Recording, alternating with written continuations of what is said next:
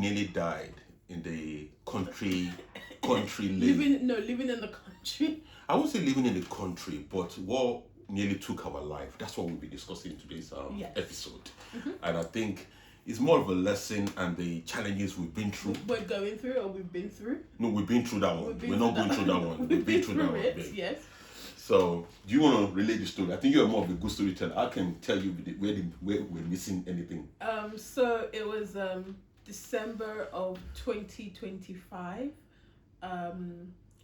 Where we usually trade, we had said we're not coming to trade. However, we needed the money because we didn't know that the Ember months are quite quiet. Very quiet when in it England, comes to hospitality, especially when you're a pop-up and you don't have a location like a building, four corners, you know, just popping up.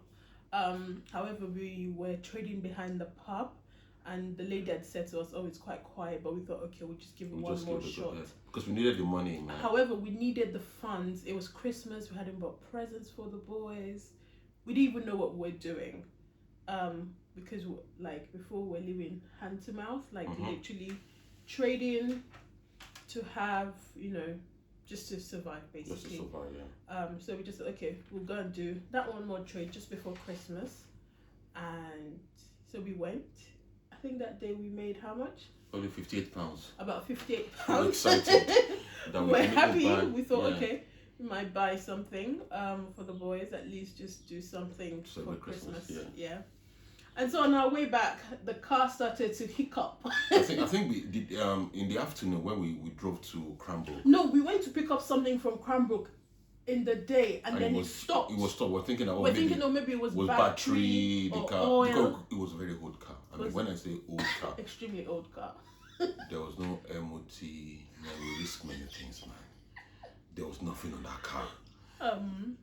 So, come the night time, we think, okay, it will be fine. Yes. So we started driving. In the back of everybody's closed now. Remember, country. When you live in a country by 6 p.m. By 4 or 5. No, 5. No. They're still to school. No, but this was a Thursday.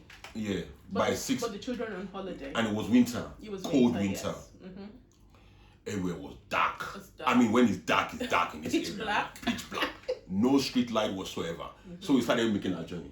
Yeah, when we were going, the car stopped. I remember it stopped when we were going as well. Yeah, I was free.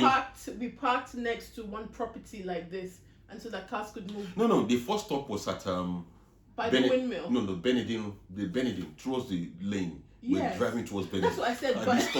And he stopped. There was okay. We could still, that was even worse. That was. We thought we could still go. God. We thought, okay, we're already making our way. We'll make it. So we went. We stopped twice on our way. We eventually got there. We parked the car. We thought everything would be fine. Yeah. We sold £58. I mean, we're happy. We're excited. We're coming back home, and then the car started to hiccup, and we're thinking, okay, what's going on now? And then my missus started praying. No, I started praying silently.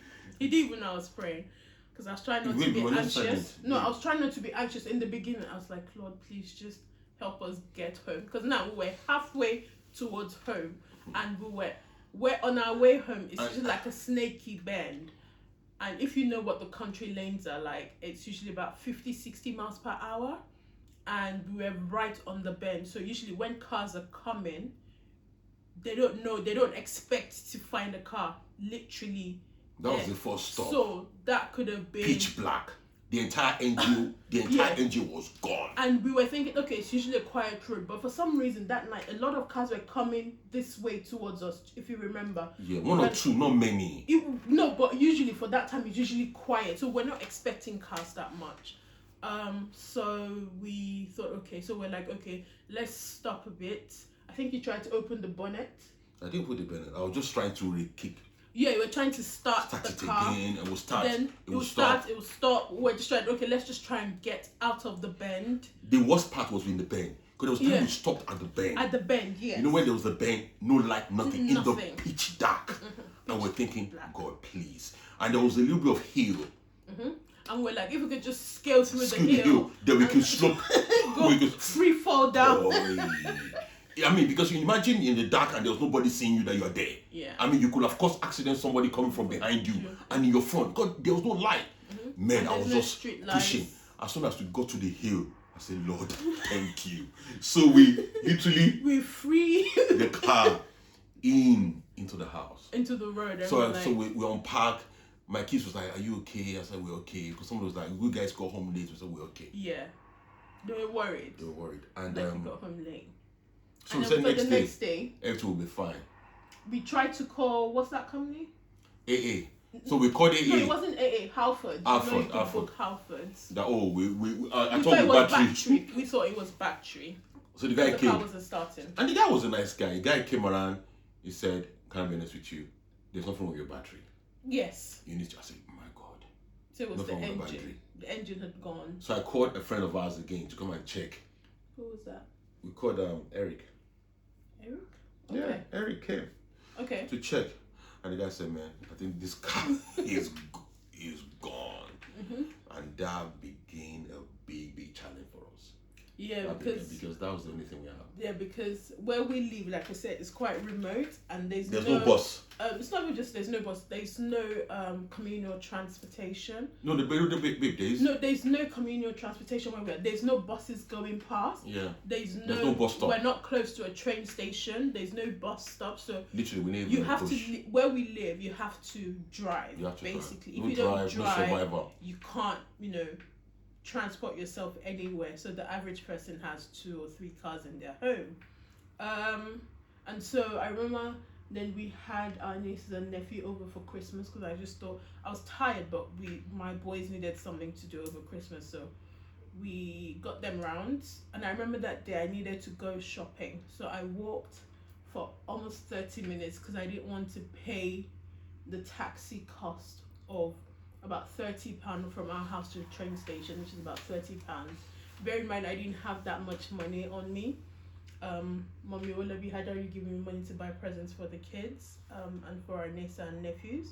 So I thought, okay, I'd go shop and then buy, so at least they'll have some things to do. So I remember walking down that day. I cried on my way because I was tired. And I was just like, if I can just get to the halfway point, I will call the taxi and then it would be cheaper down there. So I got to... The guy met you where you were crying on the road? No, that was a different day. Many stories. That was a different day. So I walked down, I called the taxi, and I think they charged me about 12 or 13 pounds. Out of £58, we used £12 for. And then what's it called? I took the train and I went to buy the food stuff, and I just said to myself, I'll just take a taxi back home because I couldn't carry all the stuff. But I think this particular episode is just one of those challenging times for us at the beginning of the business.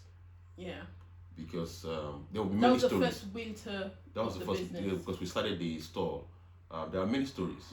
This part of many episodes. But I think one of the stories is how we were able to survive the night, because I think that night time everybody was very scared. Myself and my missus, when you find yourself in the middle of no place and your car just suddenly stopped. And the thing is, the houses are few and far between. So, and the houses, they have tall trees guarding their houses. So even if you were to go to somebody for help, you have to be knocking the gate. They can't even hear you. So it's like, and even if they were to hear you, first they'll be thinking, in the middle of nowhere, who are you? Who are the black folks? Who is this black person around here knocking on my door in the middle of nowhere? Dark, pitch dark. Imagine a black guy in the dark knocking the door in the dark when there's no light. They've only just be seeing white eyes moving around. Who are these people? No, but that was hilarious. So we couldn't even do that. We just had to use our faith in a way to sort of get us home. Man. We had a lot of issues with car, but I think this is just one of those things that we learned. What we learned a lot, maybe in the next episode as well. What we learned so much about sometimes when things are just challenging. You just keep going. But things were, but we were not. We're fighting each other then, but things were so tough. Because every day was like trying to survive. It wasn't like it was. We were in a survival mode. We were just surviving. We were just trying to figure a way out. Yeah.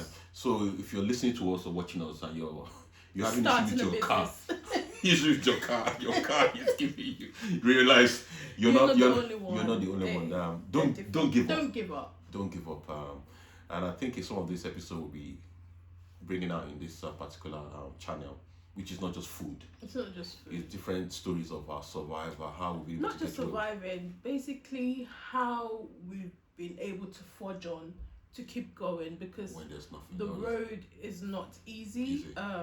You don't come from a family where you have cushions, where everyone's here's money. No, you literally have to walk your way to the top every day, and every hour, every day. It's a new day. And one thing that keeps you going is, do you know what, when you look at the outcomes, the positive outcomes that we've had so far, you know, but the encouragement, it keeps going. But then it wasn't looking like nothing was. No, but then it didn't look like it. Because but anyway, we don't want to bug you with her. But anyway, this is our new platform where we'll be sharing all our story, success, challenges, our journey. Come along with us. Yeah. Just come along with us. So you get some funny stories. You will laugh, you will cry. But that's part of the story. Thank you for this particular. Thank you for joining us and listening to us.